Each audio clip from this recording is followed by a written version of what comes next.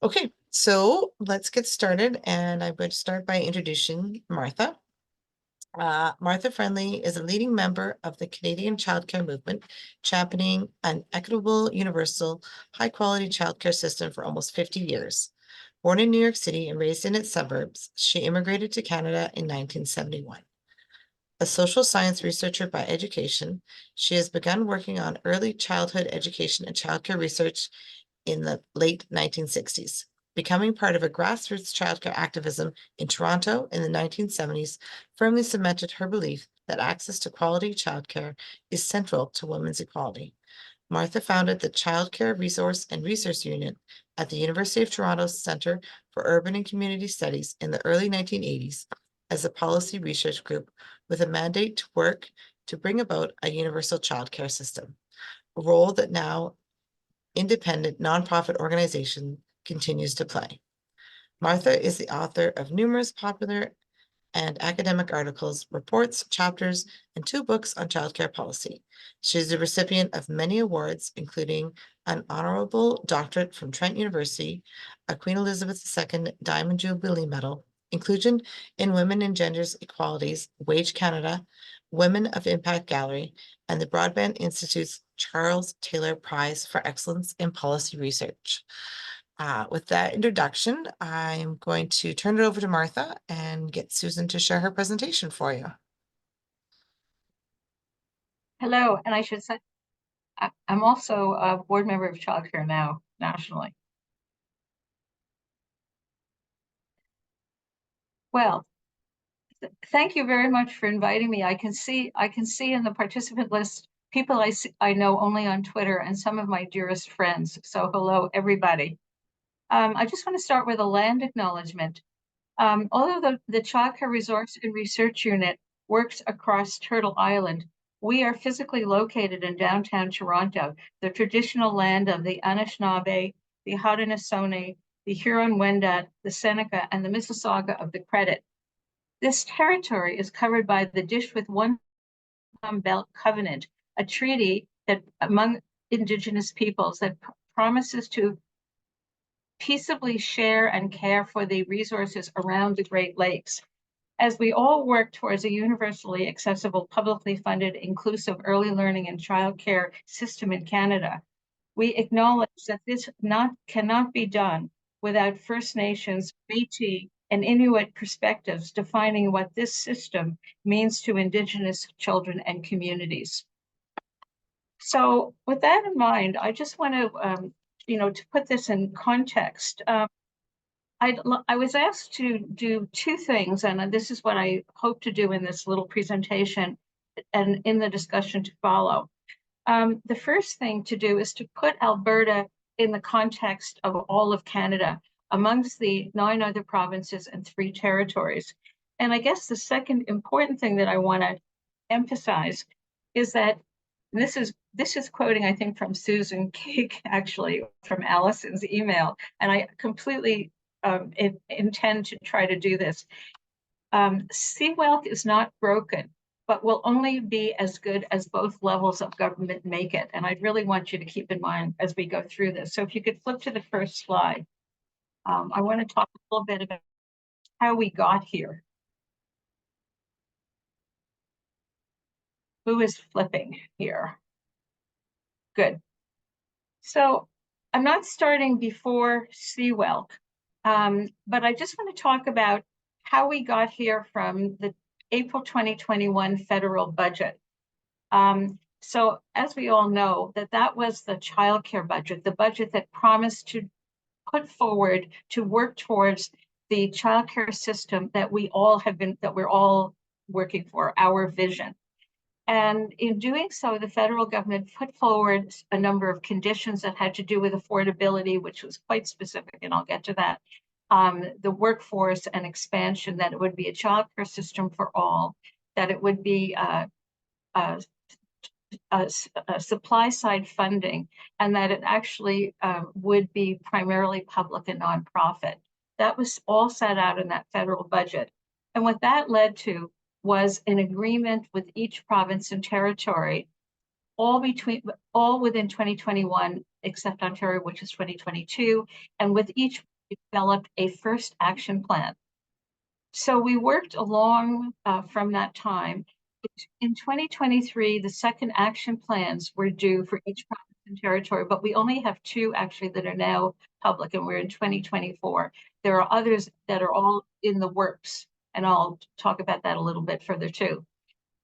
We also saw in 2024 the first childcare legislation to make its way through Royal to actually becoming law, and that's Bill C-35, and that was proclaimed earlier this year, and it kind of sets out the enabling legislation for the funding, the principles, the situating it within human rights, the United Nations human rights covenants. That's basically the federal legislation. It's not an assurance, but it's intended to set it in place.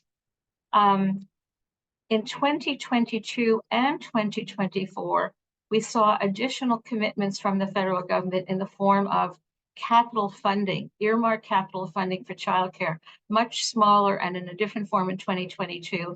And I should just comment that that 2022 money has just now gone to each province and territory, its share. And the other, the apparatus for fixing the 2024 funding in place is in the works. So it is now being developed. So that's going to be in the form of federal loans and some grants for capital funding. Now, new agreements, not just action plans, are due in 2026. So the development of those is expected to begin within 2025. And I know that there's already consideration of what that might look like. And I guess the last milestone in our overview, and it's very important, that's yet to come, is a federal election that will be coming by October 2025, which we expect will have important implications for how childcare unfolds. So that's like a little chronicle, if you could, a chronology of how it's developed. If you could flip to the next, please, that would be good. Now, I'm sure everybody has seen this three-legged stool. You may know that it's based on Childcare Now's 10-point roadmap.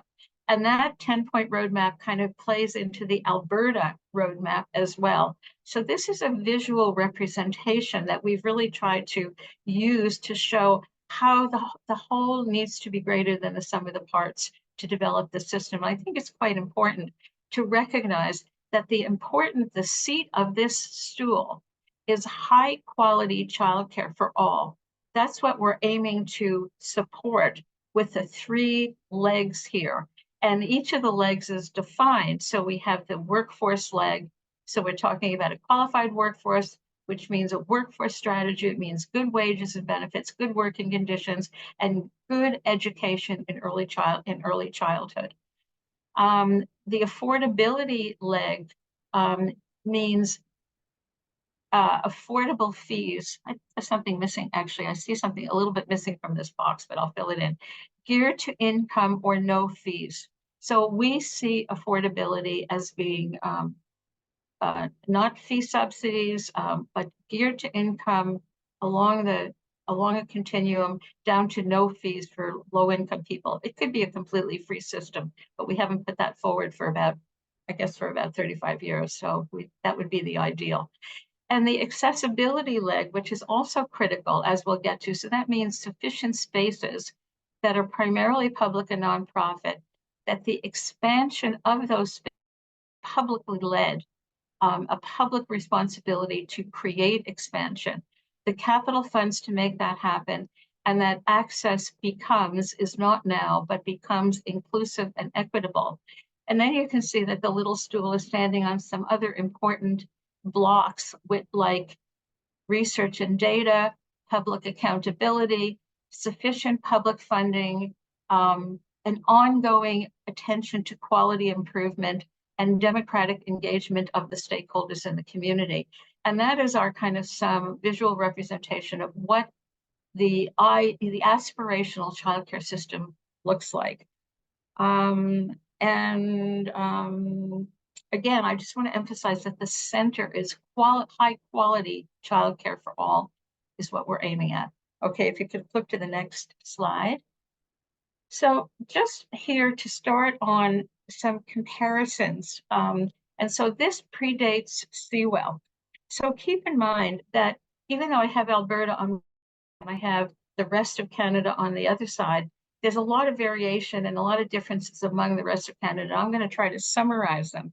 And I guess the other thing that's important to keep in mind is that very often when we're talking and we're thinking about the best possible practice, we're not going to find it in the Canadian landscape at this point.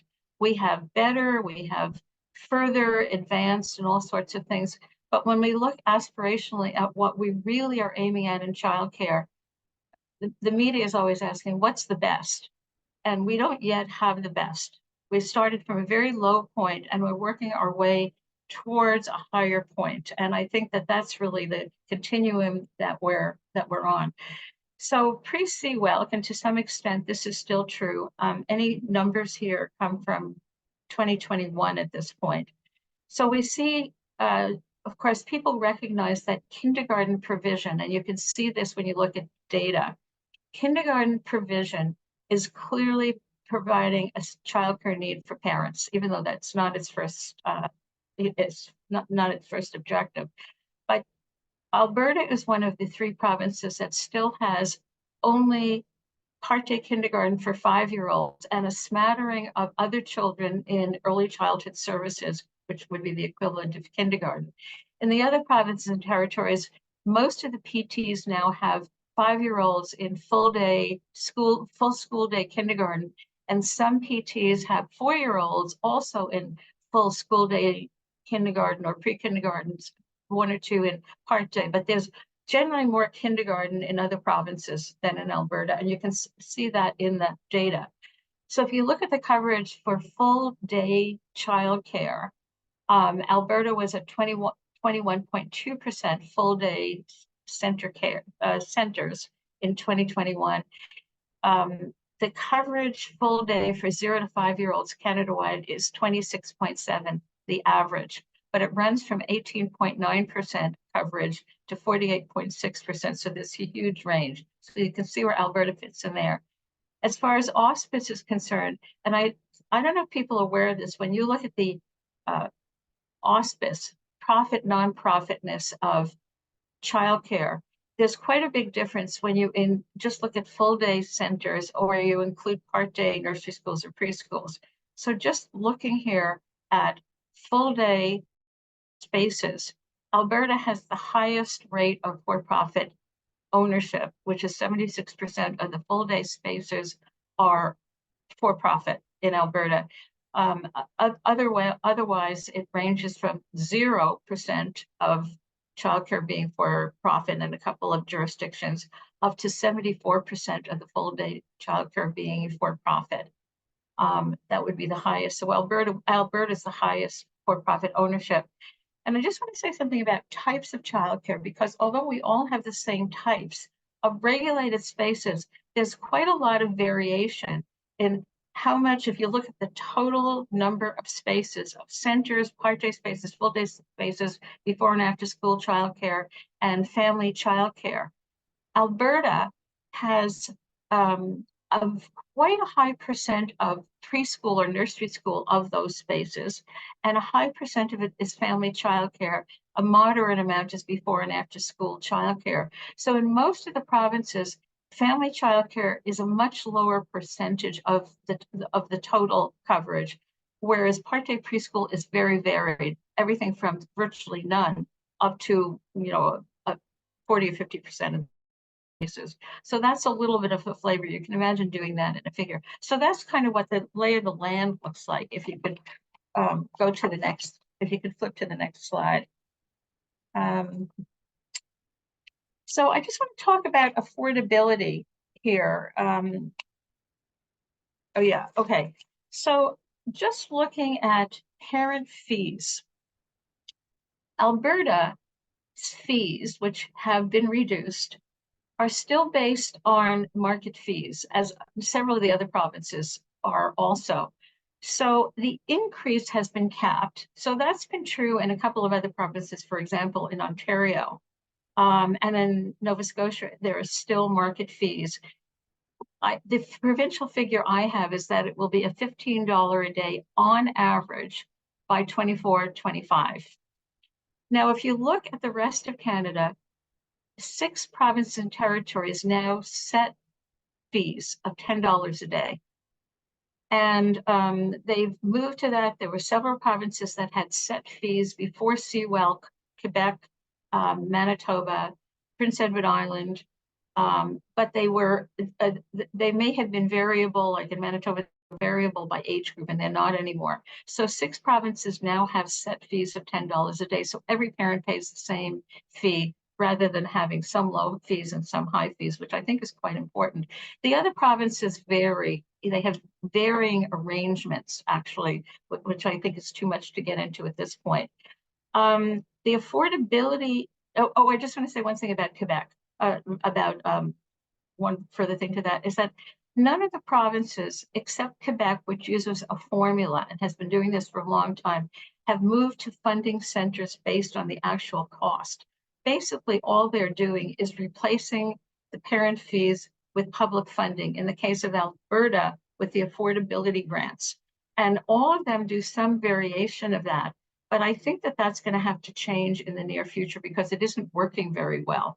So essentially, in places that really fund childcare, the center, has a formula of some kind. There's some way of determining from the size of the center, the age of the children, all sorts of things, some kind of a funding formula for how centers are funded based on the actual cost. And if there are parent fees, that becomes part of that. Nobody except Quebec has really yet moved towards that.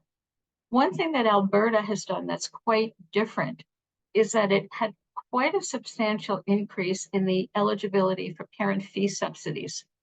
And it's at a high income level now. A parent is eligible for a fee subsidy, which was quite different. Other provinces retained the fee subsidies, but they didn't increase them dramatically. I think the only one, as I'm thinking about it, that made a change is Nova Scotia just made a relatively smaller change. They tend to be still part of the picture, but there was not a substantial shift in them. And I just want to talk about this thing about surcharges, because I know there's a lot of interest in this question of charging parents additional fees for extras. And I just want to say a few things about this. So Alberta is one province that is doing this. It's not the only province, but it's not rampant across the country. So there are these parent charges that really stand out in a couple of provinces.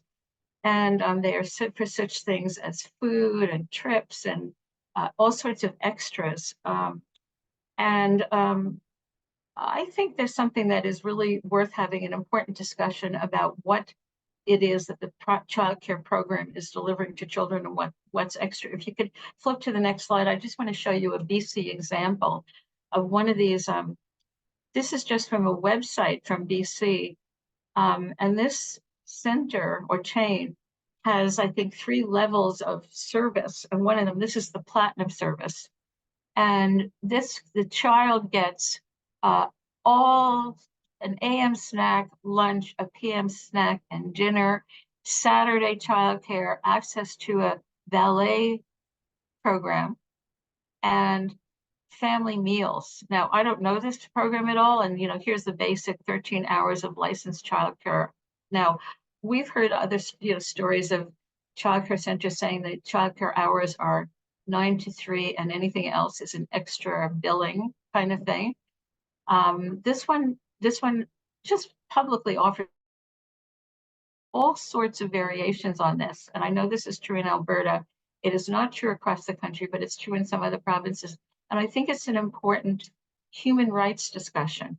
When we think about the childcare program that we envisioned as a equitable, accessible program that meets human rights qualifications, it meets human rights terms. We don't see charging extra money for meals. In some of the provinces, Ontario, for example, it is required for the center to provide a hot lunch. So there are different ways that I think that this is important to consider when we think about the program. If you could flip to the next slide. Yeah, the point somebody just made in the chat is that, of course, the extra charges leave the most vulnerable children around. If their parents don't have money to pay for a field trip, they're not going on the field trip. And similarly, they're the ones who might be bringing the mayonnaise sandwiches for lunch if lunch isn't included. So I just want to put that forward. We can talk about that. Okay, now expansion is probably, we had affordability. There's still wrinkles in affordability. It's not completely finished, but I think everybody would broadly consider it to be successful. I consider it to be a success. Childcare is much more affordable than it was. And the fees have dropped across the board, and it still needs some work. But expansion is really still an important issue, and you see it in the media all the time. So, like other provinces, Alberta's action plan had a specified target of spaces. The reality is that these spaces was a kind of a somewhat arbitrary target. The provinces all agreed to the targets. Provinces, territories all agreed to the targets. None of them are meeting the targets. I mean, you should know that. Alberta, in those targets, was one of the 3 provinces that negotiated additional for-profit expansion. In the other provinces, so the language was primarily public and nonprofit, and a couple of them said that they would be exclusively nonprofit. Whether this has not happened in some places that said that it would. So this area of the amount of expansion that's of the target that's being met, and also the nature of it, the auspice of it is somewhat all over the map. But the intention was that there would be considerable expansion, and that there would be primarily public and nonprofit, and that is all over the map. But there is this for-profit expansion plan that Alberta was the only province to put into their action plan. So there never was an expansion strategy for nonprofit and public childcare, just a commitment to a for-profit expansion plan. So Alberta does not have a nonprofit and public expansion strategy. However, the others, the others have plans, particularly when we're starting to get into second action plans, that they're starting to have much more detailed plans. So using Manitoba as an example, which has an expansion plan, they have detailed plans, public now, for expansion, working with public entities such as schools and municipalities and health facilities and Indigenous people, and working with existing nonprofits. They're the ones who are using these modular buildings that they now have negotiated with municipalities. Other provinces are starting to develop these kinds of much more detailed expansion plans.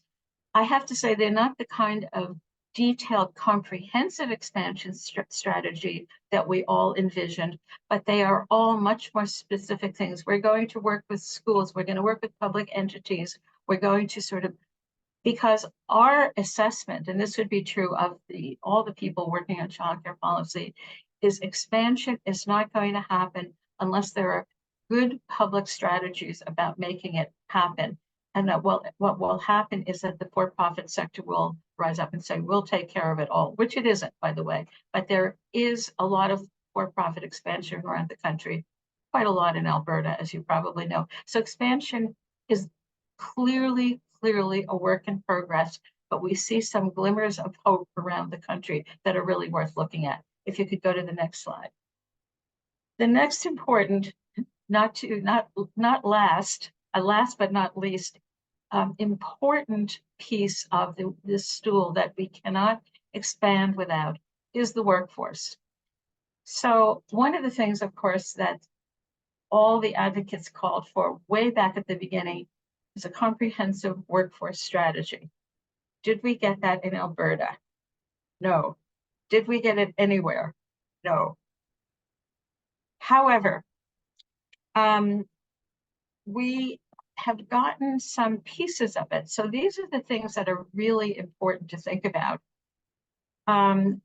In most provinces and territories, there's been some kind of wage enhancement. It's come in a whole bunch of various forms. It has been quite small. It hasn't been enough to do the trick. It isn't really tied to anything like the cost of living or, decent wages or anything like that, anything other than the minimum wage. However, 6 provinces have developed wage grids. And that was one of the pieces of stabilizing the system to make it into more of a system so that people would know what a proper wage, and this would be a proper wage grid with levels and recognition of education and experience and so forth, and progression through the ranks. Quite a few of the provinces, I guess I would say the remainder of the provinces, except for Ontario and Alberta, have committed to wage grids. So they say they're working on them.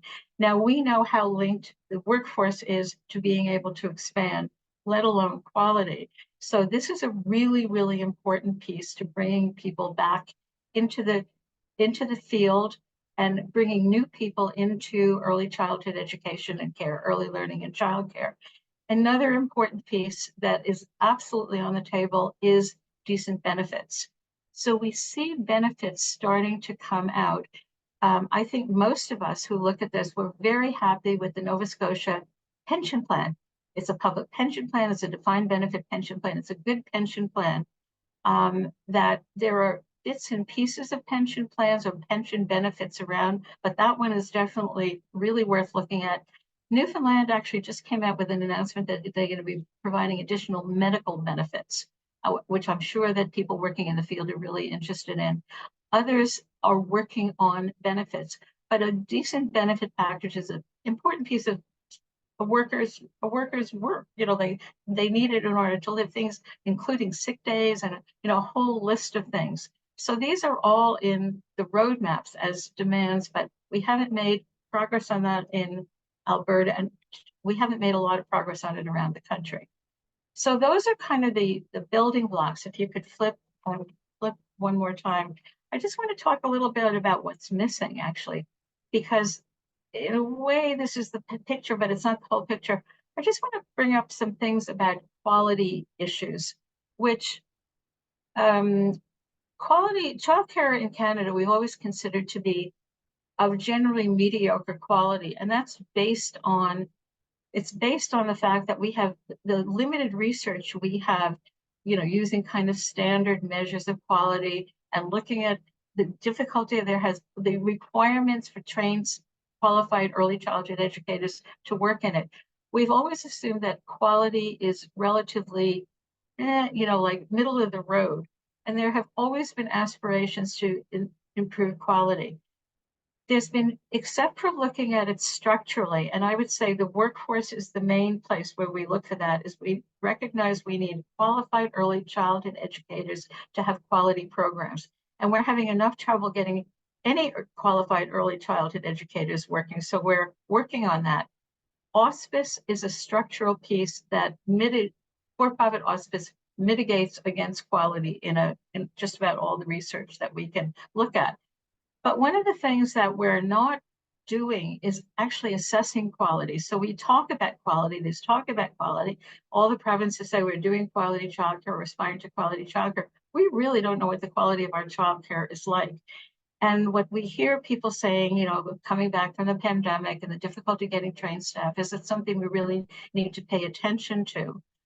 I just want to say that the only province that I know of who's actually been looking at quality is Quebec. And they came out with this report last week from the Quebec Attorney General, who says the quality is below compliance with their regulations, which are not that strong in the first place. So I think that that's a real cause for concern and something that we should be thinking about as we're building a system.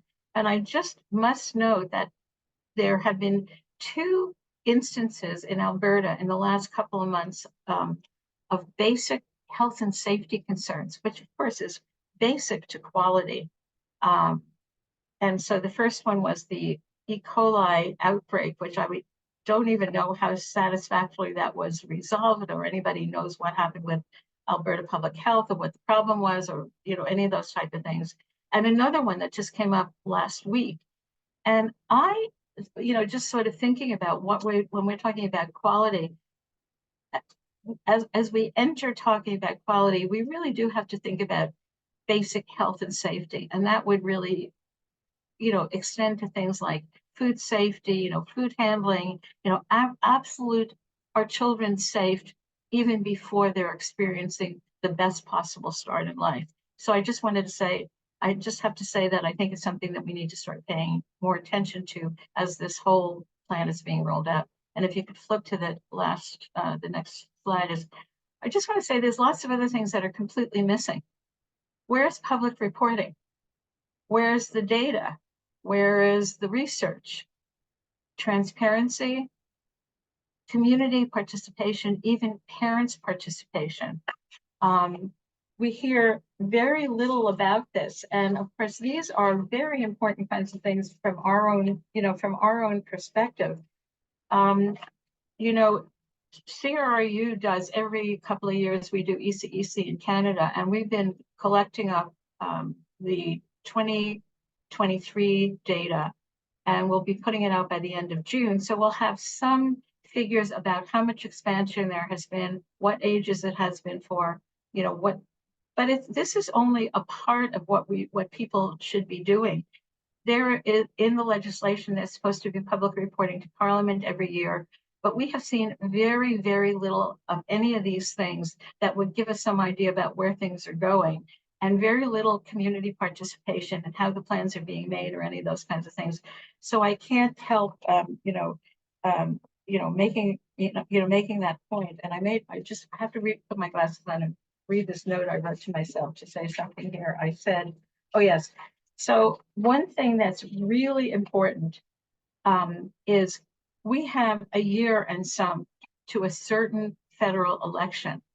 And I think that this has to be part of our thinking very much, and how much ground we have made a great deal of headway in childcare, more than we've ever made in my experience working on this in Canada for 40 years.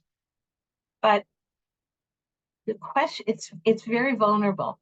It's very vulnerable to a government coming in that doesn't like childcare, has a different relationship to childcare, has a different view of what childcare is like. And whereas it might not be in a position anymore to remove the funding and say we're going to cut the whole thing again, as happened in the Harper era, it's very possible to change the whole program entirely and make it resemble nothing like what our vision is. So I think it's something for everybody to really think about, is that this is not a secure program in any way, and we don't know what that federal election is going to bring at this point. And I think what I want to emphasize at the end here, that all of the campaigning that this is a failure, that this program is a failure, it did not produce universal childcare for all immediately, and we have to dump it and do something else, is propaganda. And I think you have to really think about it that way. It was never in the cards to produce universal childcare immediately. It was always planned as a long-term program. If you look any place in the world, that's how childcare was put in place, was to have a vision of how to bring it, of how to keep bringing it forward step after step. In the case of Canada, a federation, it takes the federal government playing their role, putting in the money, setting high-level conditions, and it takes every province and territory doing it as best as possible, the best way they can. It's completely dependent in Canada on both of those levels of government. So the work for people who really want to try to move this forward as much as we can under the circumstances is cut out for us, because we have a federal government and we have provincial territorial governments. And that's where I'll, kind of leading up to questions is, it's not the federal government, it's not the federal government that is controlling all this. This is a program under provincial jurisdiction. The federal government can go far. They put in a lot of money. They set out some conditions. They're negotiating the terms, but there are many limitations to what a federal government can do. in the Canadian Federation, and this is one of them. So we have to work on both levels at the same time, cajoling, encouraging, pushing, doing everything that we can to move this along, and it will probably be unevenly in each province and territory, and keeping that, and that's one of the reasons to hold it together Canada-wide, so we know what everybody else is doing and we can learn from each other. So I'll leave it there for, questions and discussion. Thank you so much, Martha. That was great. I'm just going to stop the recording.